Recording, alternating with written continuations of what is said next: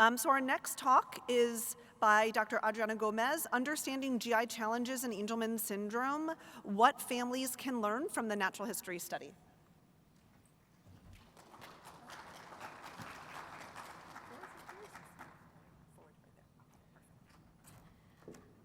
Hello.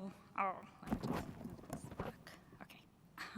So I'm going to present a little bit of our work from the natural history study. So first, I'd like to thank all the families for participating. And if you're not participating, please, we have our people outside, and we'll be happy to have you. I also like to thank my mentor, Dr. Bird, who started a natural history study with Terry Joe long ago in 2004. And since then, we've been collecting this data with now with the help with Wen Han and Anjali, a phenomenal team working in this effort. And I'd like to thank Bathsheba as well for putting this work together and allowing me to be here presenting this work for you. So this is a little bit of our study. So we have 9 sites right now in the US and in Canada. And for a while, we were funded by the NIH. For another period, we were funded by the FDA. And now currently, we have the help of IBEL. And the enrollment is easy, so you can just reach out to all of us, and we'll collect the data. Anyway, so going forward for the main important thing, you know the symptoms of GI tract. And the most important thing is how it goes throughout the life, and how important it is the interaction of the GI symptoms and the impact that it has in the health, overall health of our children. The GI symptoms start early in life, as you can see, and the feeding problems are really important.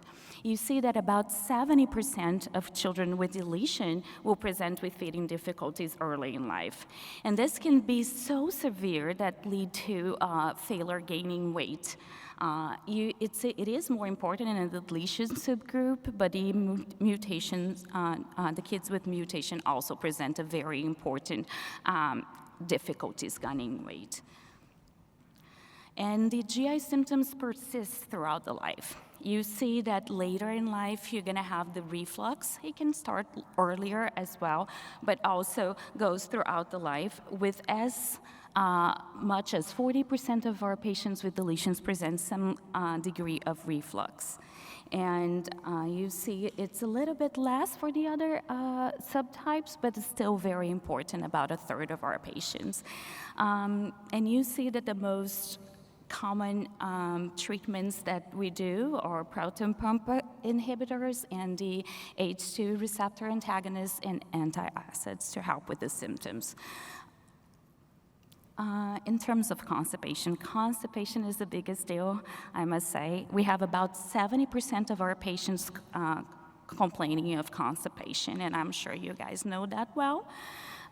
We created a way to score the constipation in our group, and we are taking in consideration the frequency of bowel movements per week, and the consistency of the stools, and the number of medications that we need to take. And then we classified in mild, moderate, and severe.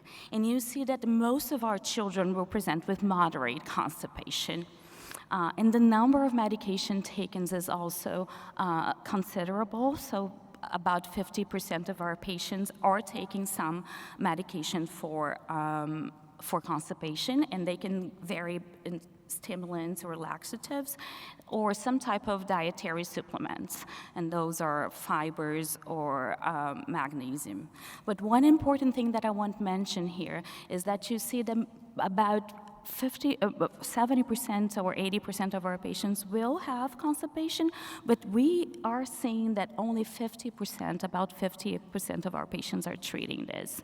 So is there a gap? Is there a barrier? Why aren't we treating that well enough? So why am I talking about GI too, and why did I say it's also important? There is a correlation between the GI symptoms and seizures. My idea is to eventually see what's the correlation with the GI symptoms with behavior and sleep too. Eventually we'll get there with some help with analyzing all this data. But what we have so far is clear that there is a correlation. I just want to remind you that correlation is not causation, right? So we have more symptoms of GI symptoms reported. There is more prevalence too of seizures.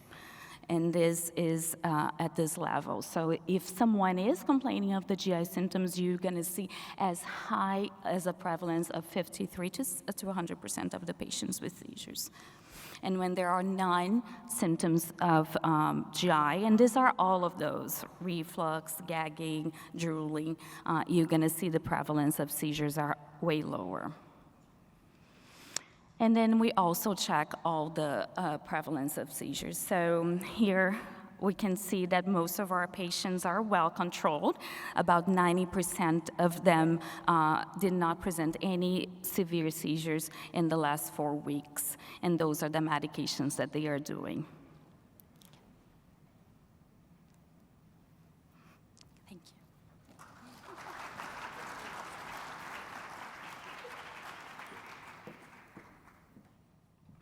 See, it doesn't take 30 minutes to get great data.